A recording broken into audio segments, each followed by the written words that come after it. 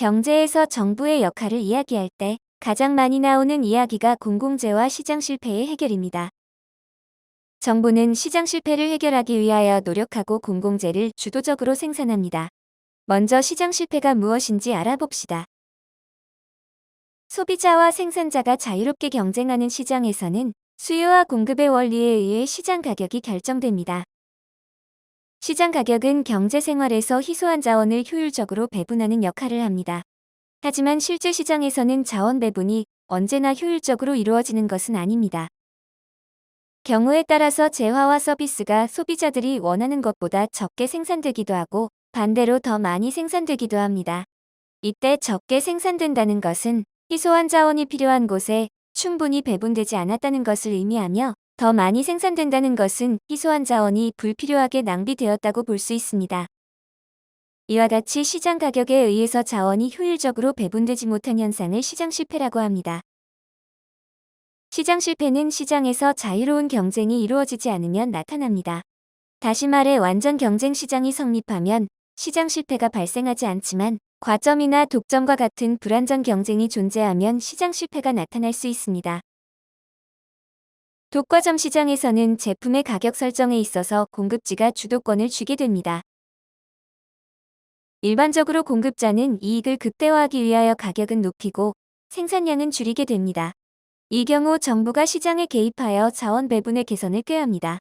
정부는 시장 참여자들이 공정하게 경쟁할 수 있는 규칙과 질서를 마련하고 그것을 지키도록 감시하는 역할을 수행합니다. 예를 들어 정부는 독과점 기업이 부당하게 시장 가격에 영향을 주는 것을 금지하거나 제재합니다. 그리고 기업에 비해 상대적으로 불리한 위치에 놓여 있는 소비자의 권리를 보호하기 위해서 장치도 마련합니다. 다음으로 정부가 왜 공공재를 주도적으로 생산하는지 알아봅시다.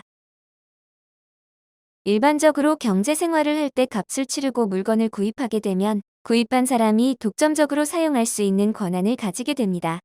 그리고 내가 물건을 구입하면 그만큼 다른 사람이 구입할 수 있는 물량이 줄어들게 됩니다. 학교 매점에서 우유를 사면 값을 지불해야만 하고 그 값을 지불한 사람이 독점적으로 사용할 수 있습니다. 그리고 내가 그 우유를 구입하면 다른 사람이 내가 구입한 우유를 구입할 수 없고 남은 우유를 구입하여야 합니다. 하지만 공공재는 이와 다른 특성을 가지고 있습니다. 즉 어떤 사람이 재화와 서비스의 대가를 치르지 않는 경우에도 소비를 막을 수 없으며 많은 사람들이 동일한 재화와 서비스를 동시에 소비할 수 있습니다. 공공재의 대표적인 예로는 국방, 치안, 무료공원, 무료국도 등을 들 수 있습니다. 국방 서비스를 생각해 봅시다. 국방 서비스는 일단 공급되면 돈을 치르지 않았다고 하더라도 소비를 못하도록 배제시킬 수 없습니다. 또한 내가 국방 서비스를 소비하였다고 해서 다른 사람이 소비할 수 있는 소비량에는 영향을 미치지 않습니다. 그렇기 때문에 더 많이 소비하려고 다투지 않아도 일정량 우리는 국방 서비스를 언제나 소비가 가능합니다. 공공재의 생산에는 막대한 비용이 들지만 그 이익은 누구나 공짜로 누릴 수 있습니다.